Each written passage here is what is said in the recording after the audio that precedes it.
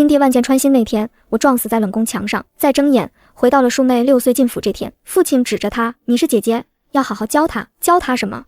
教她踩着我全家尸骨做贵妃。我盯着她怯生生的脸，冷笑：这辈子我一个字都不会再教。那天傍晚，父亲把她带回来了，她躲在父亲身后，就露出2只眼睛。才6岁，瘦的手腕上骨节都凸出来，一身洗白的粗布衣，头发用麻绳绑着，乱蓬蓬的。上一世看到这副模样，我当场心软了。我蹲下来拉住她的手，说：“别怕，以后姐姐照顾你。”就从那一刻开始，她踩着我一步一步往上走。我的琴谱被她偷偷临摹，我的诗稿被她改几个字当自己的。我在闺秀圈打通的人脉被她笑脸劫走。我写的那一手好字，最后被她用来签废后诏书，字写得很漂亮，是我一笔一画教的。所以这一世看到她那双眼睛，我胸口像被人捅了一刀，血往上涌。我没忍住，一把抓起桌上的茶杯，狠狠摔在地上，砰！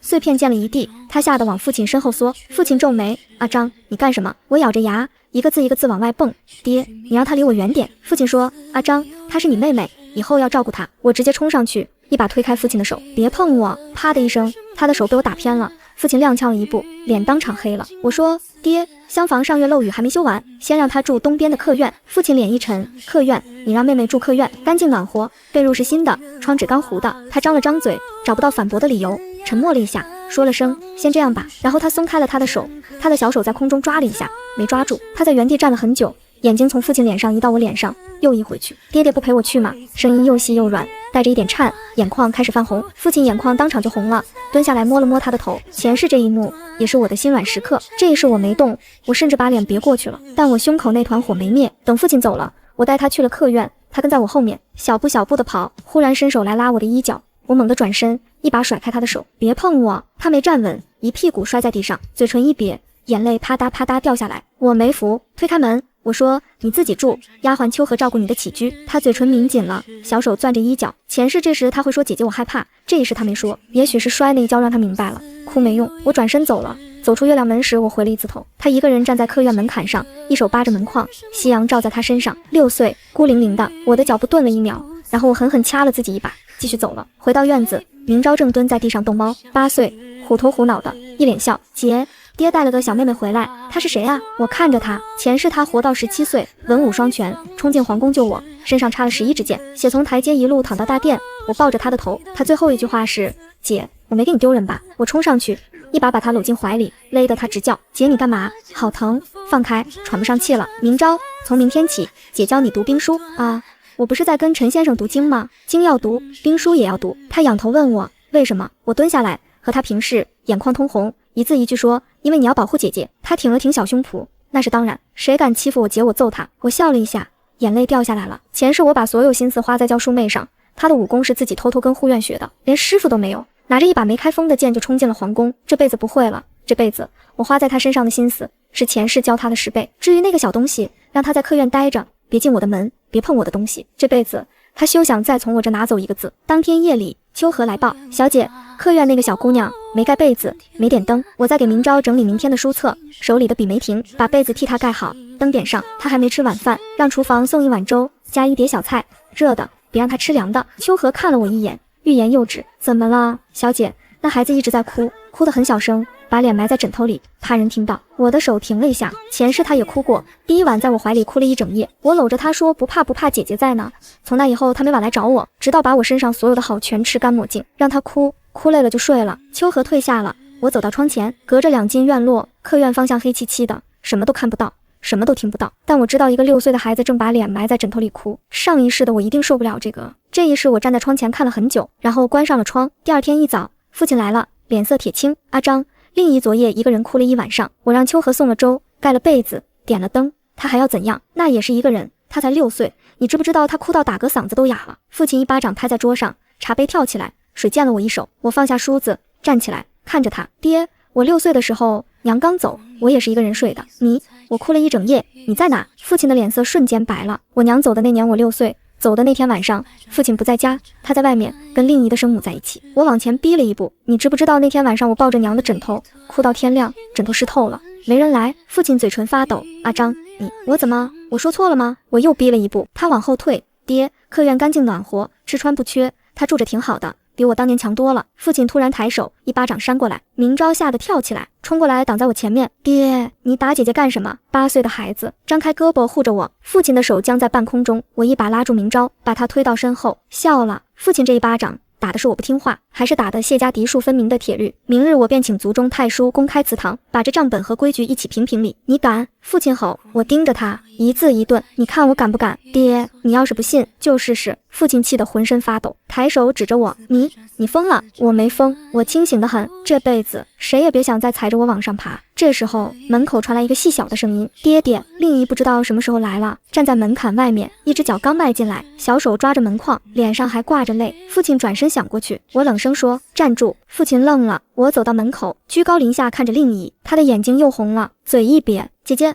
我害怕。前世这句话让我掏心掏肺对他好，这辈子我蹲下来跟他平视，然后伸出手，不是去拉他，是把他迈进来的那只脚推了出去。谁让你进我院子的？滚出去！令仪一屁股坐在地上，哇的一声哭了。父亲冲过来，我站起来挡住门口。谢令章，爹，我说过他不许进我的院子，今天他敢无故迈进我院子一步，我就敢请家法，按谢家老太太的规矩把他发落到外院去。你敢动他一根头发，你就再打我一巴掌。我指了指自己的脸，来打。邱和力冲了上来，护在我前面。父亲的手举起来又放下，举起来又放下，最后猛地甩袖。你不可理喻。他弯腰抱起令仪，转身走了。令仪趴在他肩上，哭得撕心裂肺，眼睛却一直盯着我。那双眼睛，6岁，眼泪汪汪，可我看得清楚，他盯我的眼神和上一世迁废后诏书时的眼神一模一样。我关上门，明昭站在我身后，眼圈红了。姐，你的脸肿了。我蹲下来，不疼，你骗人，嘴角都磕破了。他伸手摸了摸我的脸，眼泪掉下来了。我把他搂进怀里，明昭，你记住今天的事，你以后也会遇到。有人打你左脸，你不光要把右脸伸过去，你还要让他跪下来道歉。可是爹打你，爹是爹，别人是别人，但有一件事你要记住，谁欺负姐姐你就打回去，打不过就跑，跑回来告诉姐姐，姐姐拿家规去治他。明昭握紧小拳头，我以后一定打得过所有人。我笑了，眼泪也跟着掉下来。这辈子我不会再让任何人动我身边的人一根手指，包括爹，包括令仪，包括这世上所有的人。那天下午，父亲让管家传话，给令仪安排一个教识字的婆子，不是先生，是府里管针线的张婆子，只会教最基础的签字文。这是父亲的试探，他在看我什么反应。我没有反应，该给的我不拦，不该给的我一寸不让。张婆子教签字文可以，陈先生教诗词没门。管家传完话，等了一会儿，像是还在等我说什么。就这些，那去忙吧。他走了，我回到书房，翻开账册，谢家的家底。上一世我没怎么管过，什么嫁妆，什么铺子，什么庄子，我一概不清楚，全交给父亲和管家打理。那时候我以为做一个大家闺秀，就是读诗写字，出入宴席，管家理财的事情是下人做的，不是我该操心的。但最后我发现，那些铺子庄子和嫁妆全被父亲挪走了，有的不给了令仪，有的用来打点关系，有的说是周转一下就再也没有回来。到我出嫁的时候，嫁妆单子上的东西还在，但里面不少都是空的，箱子是实心的，里面的东西不知换成了什么。那时候我什么都不懂，签了字，嫁了出去，我所有心思都花在教令仪上。等到最后被废，才发现谢家在京城的3间铺子和2处庄子，早就被父亲以各种名目挪走了。有一处给了令仪的生母养老，有2处给令仪置办嫁妆，我的嫁妆被掏空了一大半。这一世，从现在开始，每一笔账都攥在我自己手里，谁也别想动1文钱。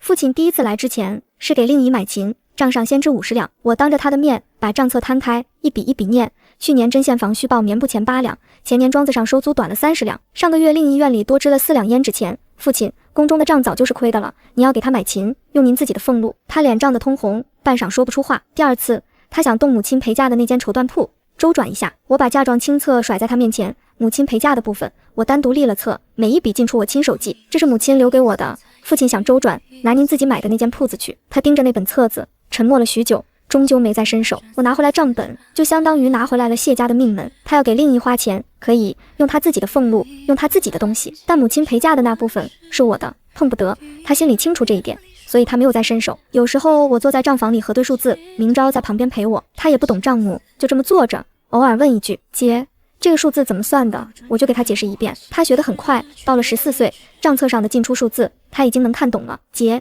这里差了一笔，是上个月针线房多报了1次棉布的钱，我让秋和去问了，管账的婆子记错了，已经改过来了。他点了点头，姐，这些你都记着呢？都记着，那谁都动不了了。对，谁都动不了。他嘿嘿笑了，那笑里有一种踏实的感觉，是知道自己的家底稳稳当当的踏实。这份踏实是我花了好几年功夫一点一点垒出来的。我又托人找了母亲的旧交李夫人，给明昭引荐了武学名师孙师傅。孙师傅看了明昭的底子，点了点头，底子不差，就是起不晚了。不晚，他才8岁。孙师傅笑了一下，也是，就怕你舍不得他吃苦。舍得。明昭在旁边听着，挺了挺胸，师傅放心，我不怕吃苦。孙师傅看了他一眼，又看了看我，你姐姐的眼神比你还硬。行，明天开始。明昭练功回来的第一天，胳膊上全是淤青，他站在我面前，咬着牙不吭声。我给他上药的时候，他吸了一口冷气。疼吗？不疼，骗人，有点疼。我笑了一下，给他上完药，他歪着脑袋问我，姐，客院那个小妹妹今天在院墙那边看我练功。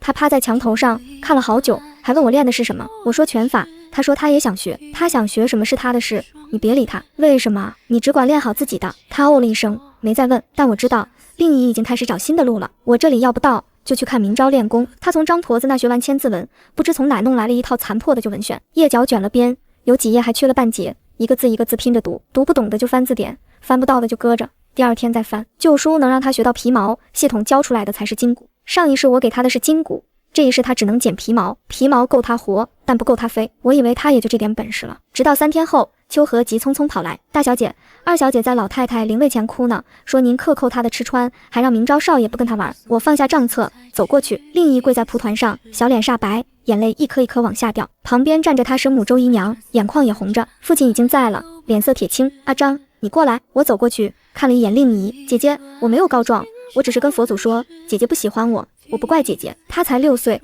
你至于吗？连个玩伴都不给她。明昭是你弟弟，也是他弟弟，凭什么不让明昭跟他说话？我没有辩解，只问令仪，明昭什么时候说过不跟你玩了？那天他在练拳，我跟他说话，他不理我。我练功的时候师傅不让分心，我跟他说了回头再说，这不算不理他吧？我可能听错了，是我不懂事。周姨娘咬着嘴唇不说话，但那副委屈的样子比说话还管用。阿张，你是姐姐，就算令仪听错了，你平时有没有教他，有没有带他？你自己天天钻在账房里，把弟弟也拉进去，客院里住着你妹妹，你去看过他几回？我看了令仪一眼，他缩在周姨娘怀里，睫毛上还挂着泪，但嘴角有一个极快的几乎看不见的弧度。我认出来了，这个表情我太熟悉了。上一世他用这副模样，从我这里要走了陈先生的课，要走了我的簪子，要走了父亲手里最后一点家底。这一世他6岁就会了。爹，您说的对，我平时确实没怎么去看他。不过前几天张婆子说令仪千字文已经学完了，我特地给他备了一份礼，一套新笔墨和1刀好纸，让秋荷送过去了。秋荷，送到了吗？回大小姐，送到了。二小姐当时还说谢谢姐姐呢。令仪的表情僵了一瞬，妹妹既然收到了礼，怎么还在老太太灵位前哭我克扣？是不是忘了？大小姐别多心，令仪她只是小孩子想多了，想多了没事。爹，妹妹年纪小，分不清不理她和在练功的区别，也分不清克扣和送了礼但自己忘了的区别，这不能怪她，只能怪教她的人没教明白。要不我再给她添一个教养嬷嬷。父亲张了张嘴，看看令仪，又看看我。令仪这回是真慌了，她不怕少东西，她怕多一个人盯着她。爹，我不想要嬷嬷，我只要姐姐偶尔来看看我就好了。阿张，你偶尔也去看看她。行，我每个月15去看她一次，其余时间嬷嬷还是要的，不然哪天她又听错了，跑到祠堂去哭，惊动族里对谁都不好。父亲最终没再说什么。周姨娘领着令仪走了，令仪走的时候回头看了我一眼，那一眼里没有泪，只有一种小小的被拆穿后的恼怒。我记住了。第二天令仪病了，周姨娘亲自来报，说二小姐发了高热，请了大夫来看，大夫说是急火攻心，怕是受了惊吓，话里话外暗示是我昨天在祠堂下找了她。阿张，令仪病了，你作为姐姐是不是该去照料？爹，我去了她更病，不如这样，我出钱给她请个专门看护的医婆，一天12个时辰守着连守7天，7天还不好，我再加人。父亲愣了，医婆的药方诊案我都让人抄一份存档，日后组里问起来也有个凭证。他脸色变了几变，最终甩袖走了。医婆当天就进了客院，令仪的高热在医婆到后的第2天就退了，退得干干净净，连药都没怎么吃。明昭听说了这事，晚上跑来账房找我，小声说，姐，那个小妹妹是不是在装病？你猜？我觉得是。猜对了。她皱着脸想了半天，那你怎么不告诉爹？告诉了她也不信，不如让大夫说话。记住，有些人摔倒你扶他，他说你推的，那你别扶，让所有人都看着，让他自己爬起来。明昭似懂非懂地点了点头。2个月后，父亲又来了，这次带着城南的刘秀才，教了半辈子书的老先生。阿张，我给令仪请了个先生。我从账册里抬起头，张婆子教的不好吗？令仪已经学完了，总不能让他停下来，那给他换一个会3字经的婆子。父亲脸色沉了下来，她不是下人的孩子，她是我的女儿，庶出的女儿，庶出也是我的骨肉。他声音提高了，我把账册合上，站起来。爹，庶出和嫡出的教养规格不同，这是谢家老太太在世时定的规矩，庶女由教养嬷嬷启蒙，到了10岁之后，是资质再定要不要请先生。她才6岁，离10岁还有4年。父亲脸涨红了，你让她等4年？规矩就是规矩，嫡女5岁请先生，庶女10岁。我5岁时陈先生就来了，令姨今年6岁，再等4年，不过分。爹，您是想改规矩，还是想破规矩？改规矩要去祠堂跟族里商议，破规矩的话，日后府里其他庶出的孩子也要比照，您担得起吗？父亲的拳头攥在身侧。他看了我很久，然后转身走了，把刘秀才也带走了。我以为这事就这么过了，结果第2天，令姨亲自来了书房，她端着一碟子点心，怯生生地站在门口。姐姐，我给您做了桂花糕，您尝尝。我没接，看着她自己先慌了，碟子一晃，整个人不小心绊在门槛上，糕点洒了一地，她自己也摔在地上，膝盖磕破了皮，眼泪立刻涌了出来。好巧不巧，父亲正好从院外经过。阿张，他来给你送点心，你连门都不让进。爹，不怪姐姐，是我不小心。姐姐她可能不喜欢我做的点心，每一句话都像在替我认错，每一句话都在火上浇油。阿张，你就这么容不下她？她是你妹妹，她6岁。我看着令姨，她趴在父亲肩头，眼泪还挂着，但那只没受伤的膝盖轻轻晃了晃。我知道了，她要的不是先生，她要的是让父亲觉得只要我在，她什么都得不到，所以父亲会更心疼，会越过规矩，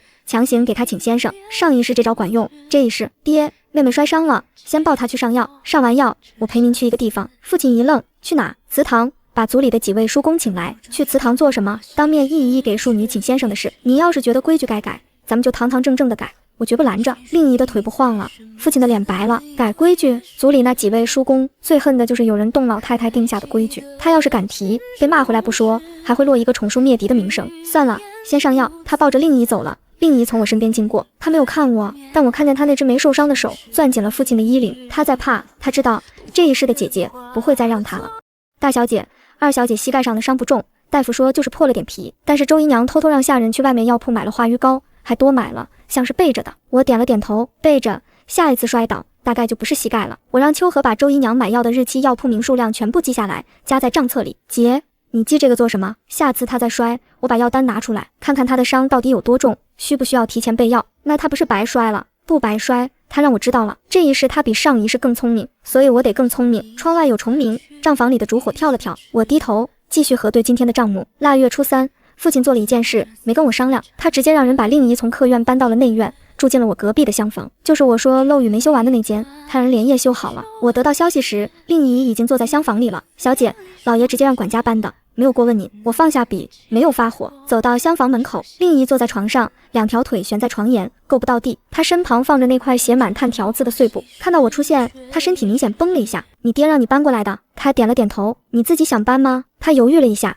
然后点头。诚实，上一世他不会这么诚实，上一世他会说是爹爹让我来的，我不敢不听，把自己摘得干干净净。这一世大概因为我从来没给过他甜头，他懒得在我面前演了。住着吧。他的眼睛亮了一下，但有3条规矩。第一，内院是我的地方，你住在这里，要守内院的规矩，听秋荷安排。第二，明朝的书房，我的书房前厅账房，你不许进。第三，你有任何需要跟秋荷说，不要来找我。他看着我，眼睛里的亮光一点一点暗了下去。姐姐，我说完了，秋荷会带你熟悉内院的规矩。我转身走了，父亲绕过了我，他知道正面要不到，所以直接做了。先搬人，后补礼，把生米煮成熟饭。上一世他也是这样的，他用既成事实来逼我接受。令姨的琴谱是他不小心放在我桌上的，令姨去诗会是他顺便带去的，令姨的嫁妆是他先挪用了我的铺子产出的。每一次都是先做了再说，这一次我不吞了。当天下午，我去书房翻出了一份旧文书，是母亲在世时亲笔立的，上面写明了谢家内外院的规矩，末尾有他的印章。然后我请了谢家老太太来，不是来评理的，是来见证的。有些话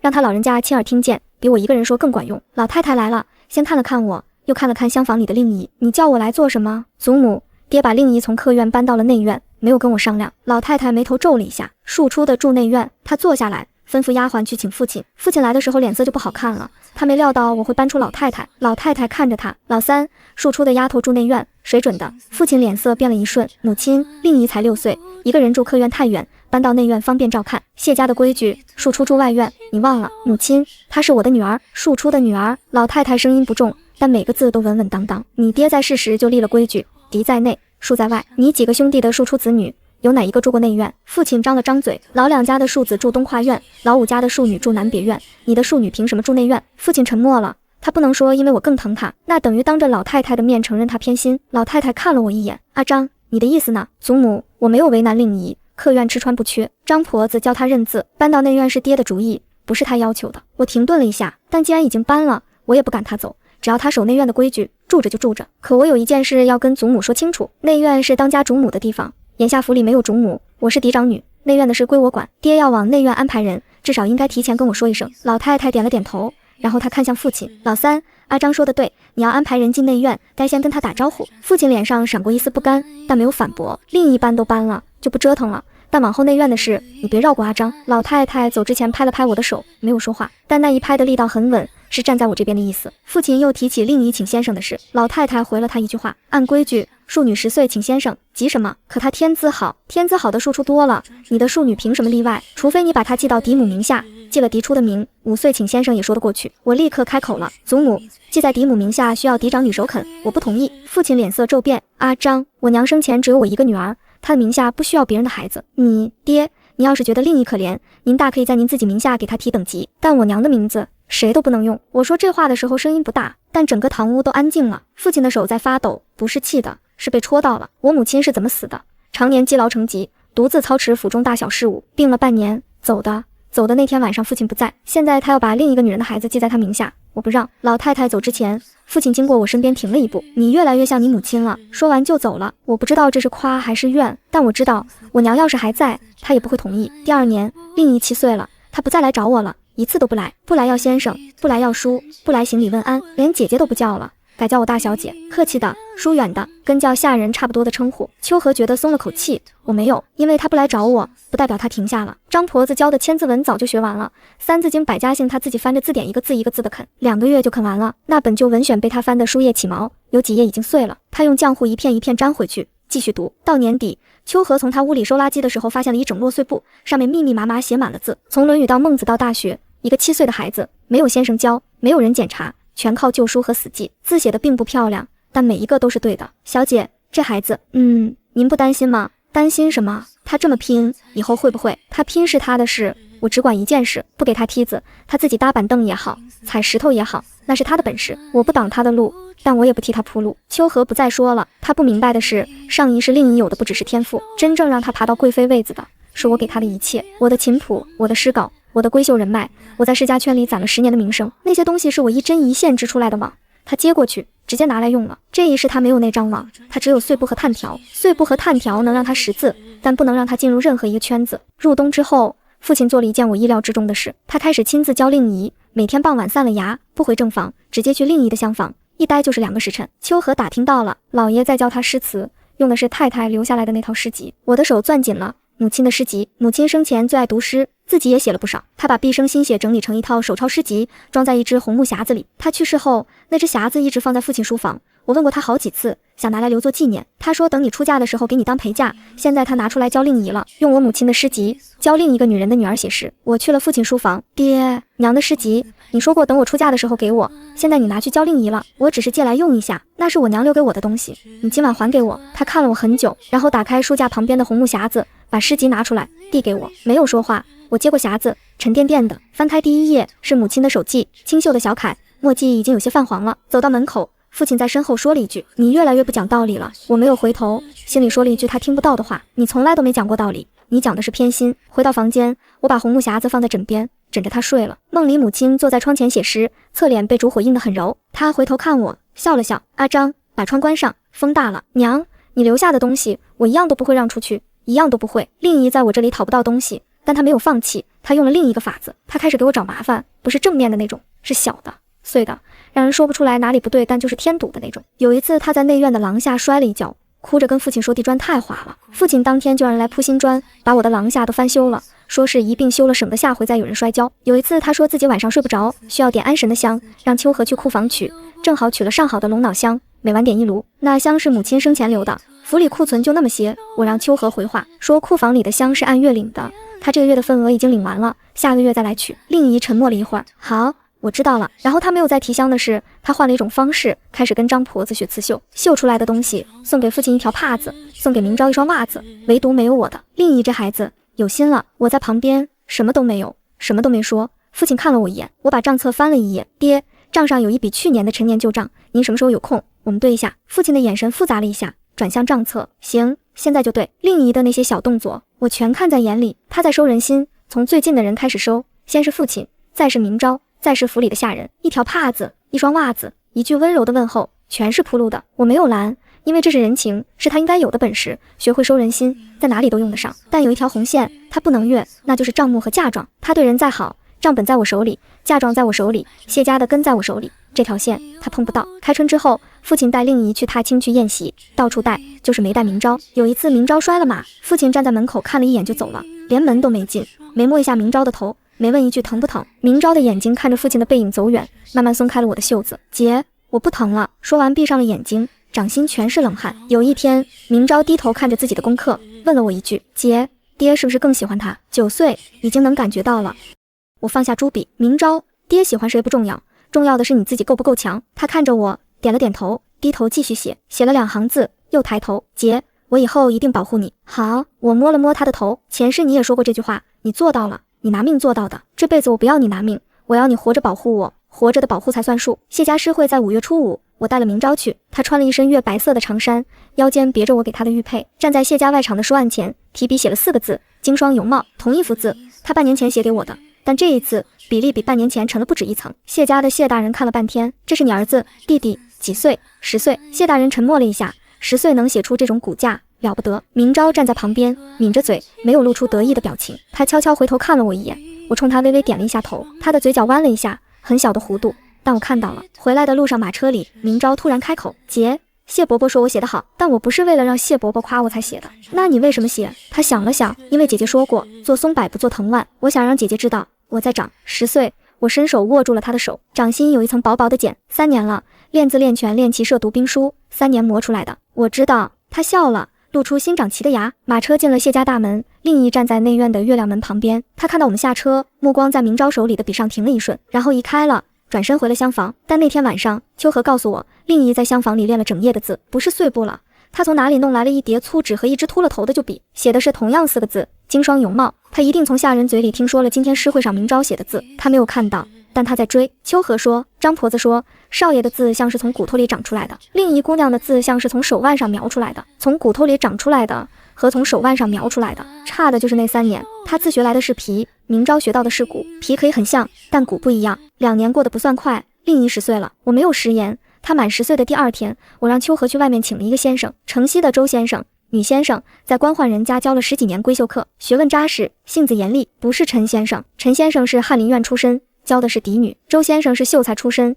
教的是庶女。一样是先生，但层次不同，这是规矩。周先生给令仪摸了底，然后沉默了很久。这孩子不用我教了，什么意思？他现在的水平已经超过了我能教的范围，诗词格律、经史子集、策论议论全会了，不是皮毛，是正经的功底。周先生看着我，神色复杂。大小姐，这孩子是自己学的？是，没有先生教，张婆子教过千字文，其余的他自己学的。周先生倒吸了一口气，我教书17年，没见过这样的孩子，上一世也是这样，所有人见到他都会倒吸一口气。天资绝世，这4个字就是为他造的，区别是上一世他的天资之上，还叠加了我倾尽全力给他的资源，最好的先生，最好的教材，最好的平台。天资加资源，他横扫了整个京城。这一世他只有天资，没有资源，但天资本身已经够可怕了。周先生，你教不了他，但他还有东西要学。什么东西？礼仪、世家规矩、人情往来，这些不是书上能学到的，你教他这些。周先生点了头，另一坐在书桌后面，从头到尾没有插嘴，但他抬眼看了我一下，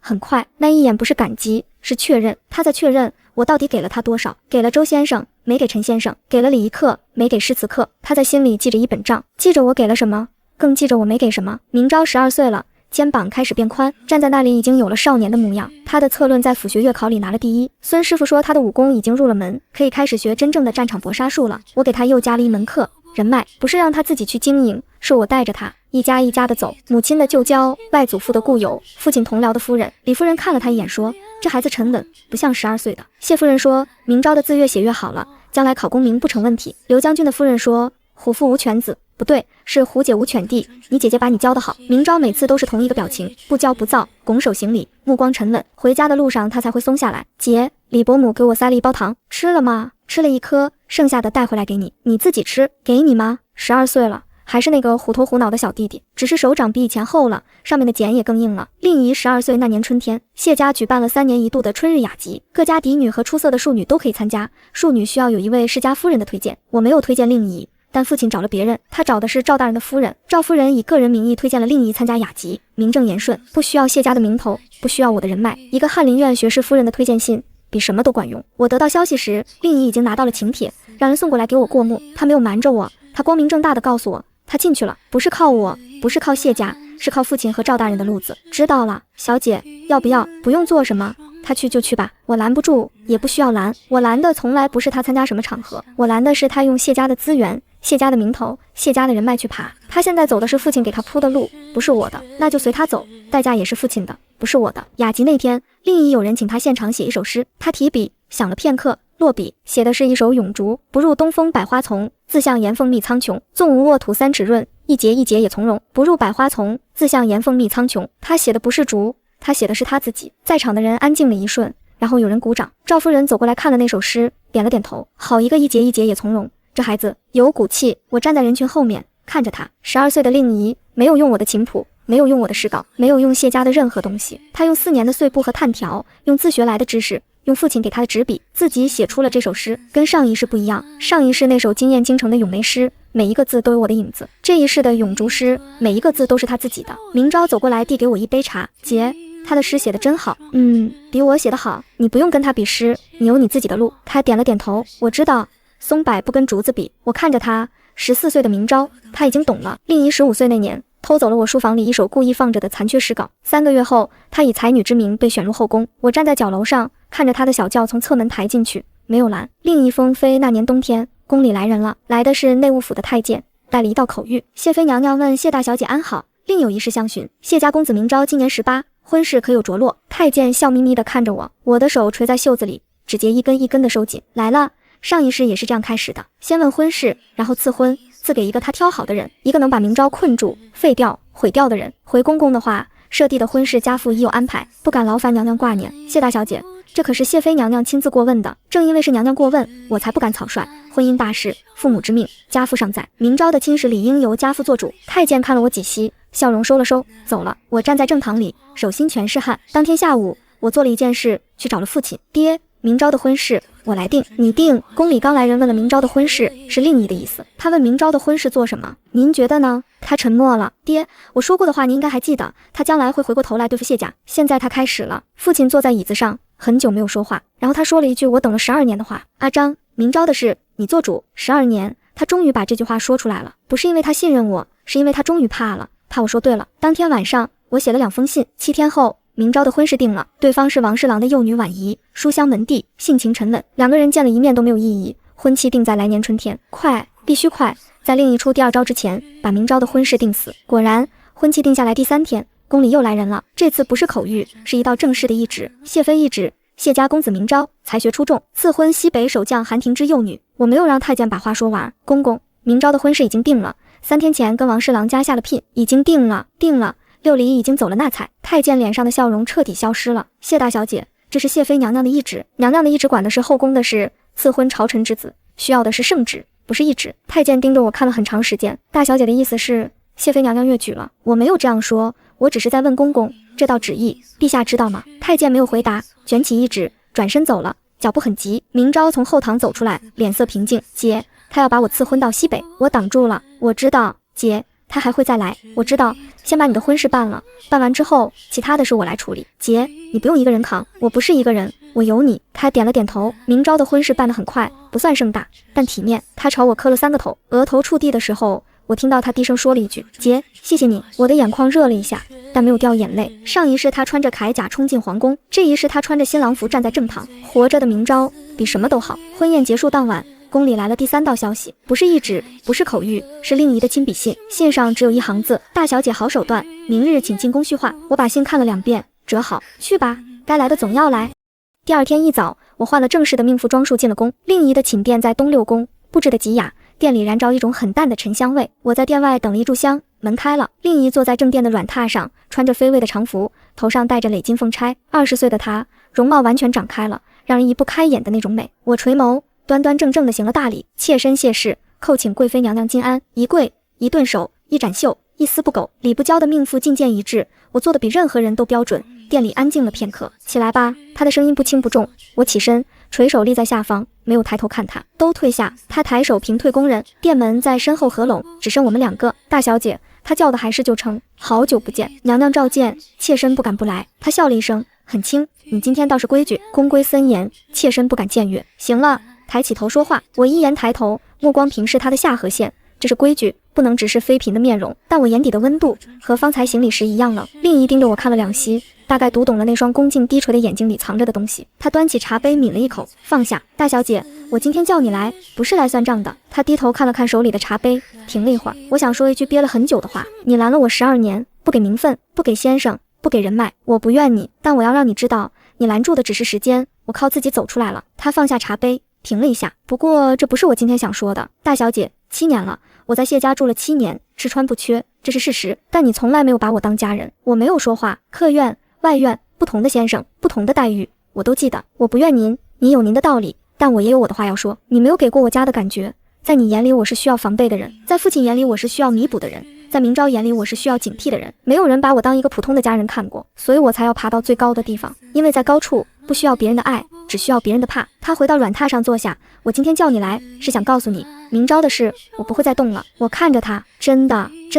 他的嘴角弯了一下。他送过我一块墨，普通的松烟墨，那是我进宫后收到的唯一一件不带目的的东西。那块墨我还留着。另一进宫的前一天，明昭递给他一块墨，普通的松烟墨，不是什么好东西。你以前用炭条写字不方便，这块墨虽然不是好的，但比炭条强。另一接过墨，看了一眼，指尖停在墨面上。谢谢明昭哥哥。他说这话的时候，声音比跟我说话时轻了很多，也软了很多。他对明昭是真的有感情，不是假的。但上一世他对我也有感情，最后那些感情全变成了一把刀，捅进来的时候格外疼，因为那是带着温度的刀。另一进宫之后，过了很多年，那块墨的事辗转传回了谢家。宫里有个低位宫女，出宫后跟谢家的一个管事成了亲。她说谢妃娘娘的寝殿里有一只小木匣，放在妆台最深处，她打扫的时候偶尔见过。那只匣子从来不上锁，但任何人都不能碰。谢妃自己偶尔会打开看一眼，然后合上，放回原处。匣子里装的是一块用到只剩一半的松烟墨。秋荷把这话学给我听的时候，我坐在窗下，手里端着茶杯，停了很久。那块墨他一直留着，普通的松烟墨，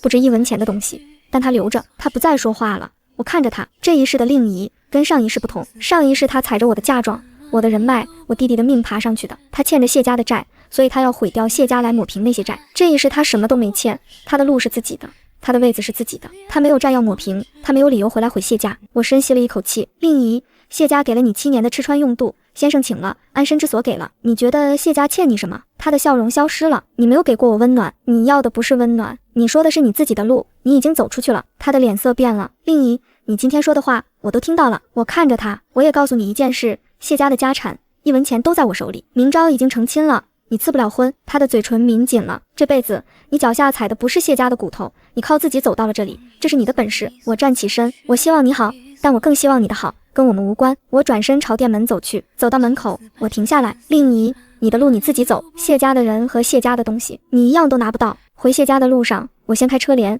看了一眼街上的人流，阳光照在青石板路上，人来人往。12年了，从我带那个孩子进家门到现在，12年。上一世我用这12年把他养大，然后被他毁掉。这一世我用这12年保住了我的弟弟，守住了谢家的根基。令仪要来的东西，我一样都没给；令仪要毁的东西，我一样都没让他碰到。马车到了谢家门口，秋荷迎上来，我下了马车，走进谢家大门。院子里的海棠花开了，母亲当年种的那棵，每年春天都开，年年开。风一吹，花瓣落了几片，飘在石板路上。我站在树下，仰头看了一会儿。娘，明昭成亲了，娶了个好姑娘。没有人回答。风吹过来，花瓣又落了几片。你留下的东西，我一样都没丢。诗集在红木匣子里，明昭的字也在里面，还有你种的这棵海棠，年年都开。我笑了一下，转身回了屋。桌上摊着一幅字，是明昭新婚那天早上写的，让人送过来的，4个字，经霜犹茂，比例比10岁那年沉了10倍，每一笔都像是从骨头里长出来的。我把这幅字挂在了书房的墙上，跟母亲的诗集面对面，一个是母亲留给我的，一个是弟弟给我的，一个朝东，一个朝西，中间是我，被他们护着，也护着他们，这就够了。窗外的阳光照进来，落在那幅字上，经霜犹茂4个字在光里闪了一下。这一世没有冷宫，没有宫门外的箭雨，没有11支箭，没有撞墙，只有春天的花和活着的弟弟。我花了12年做了一件事，把属于谢家的和不属于谢家的一刀切干净。他走他的，我守我的，欠条两清，各不相干。这就是我花了12年换来的东西，不多，但够了。另一进宫头1年，安静的出乎意料，偶尔有消息传回来，都是些寻常的。他给安乐公主写了篇文章，公主拿给太子看，太子说了4个字，才情不俗。半年后，令仪升了首席伴读，在半年，他被选做太子侧妃。父亲得了消息，来内院找我，脸上有高兴，但更多的是不安。阿张，当初你说他进了宫，可能会回过头来对付谢家，你现在还这样觉得吗？爹，我觉得这取决于您之前怎么对他的。他沉默了。如果他记得的是您的疼爱，他不会；如果他记得的是谢家让他住客院，叫张婆子教识字的那些事，他可能会。父亲的脸色灰了灰，人心不是算出来的，但可以猜。爹，您疼他是您自己的事，但您用谢家的名头去铺他的路，就是给谢家挖坑。他没说话。如果他将来在宫里顺风顺水，他或许不会管谢家的事，但如果他有一天在宫里失了势，他第一个想起来的是谢家还欠他一份体面。父亲坐在那里长时间没有动，他抬头看我，眼睛里有一种我之前没见过的疲惫。阿张，我是不是真的做错了？爹，这个问题你应该去问明昭。他愣了一下，我没有再说话。窗外天黑下来，院子里的灯一盏一盏亮起来。父亲在椅子上坐了很久，然后站起来走了。他经过正堂的时候，明昭在灯下练字，父亲站在门口看了他很久。明昭抬起头，你的字写得不错，姐姐教的。父亲的嘴唇动了一下，但没有说出来什么。他转身走了。明昭低下头继续写。我站在廊下，把这一幕都看在眼里。父亲开始想明白了，只是晚了12年。明昭娶了婉仪之后，谢家变了一种气息，院子里多了一个轻声细步的年轻媳妇，厨房开始飘出各种不同的饭香。明昭早起练功，婉仪会在廊下等他，手里端着一碗热汤，你喝了再去衙门。甜的姜枣汤，哪里甜了，就是甜的。我站在廊下看见这一幕，转头进了自己的书房。有些事比我预想的好。明昭知道自己要什么，婉仪是个踏实的人，两个人在一起稳稳当当的。父亲也来看了一次，坐在正堂喝了半天茶，他看着婉仪忙进忙出，看着明昭在院子里的背影，久久没有说话。阿张，明昭好。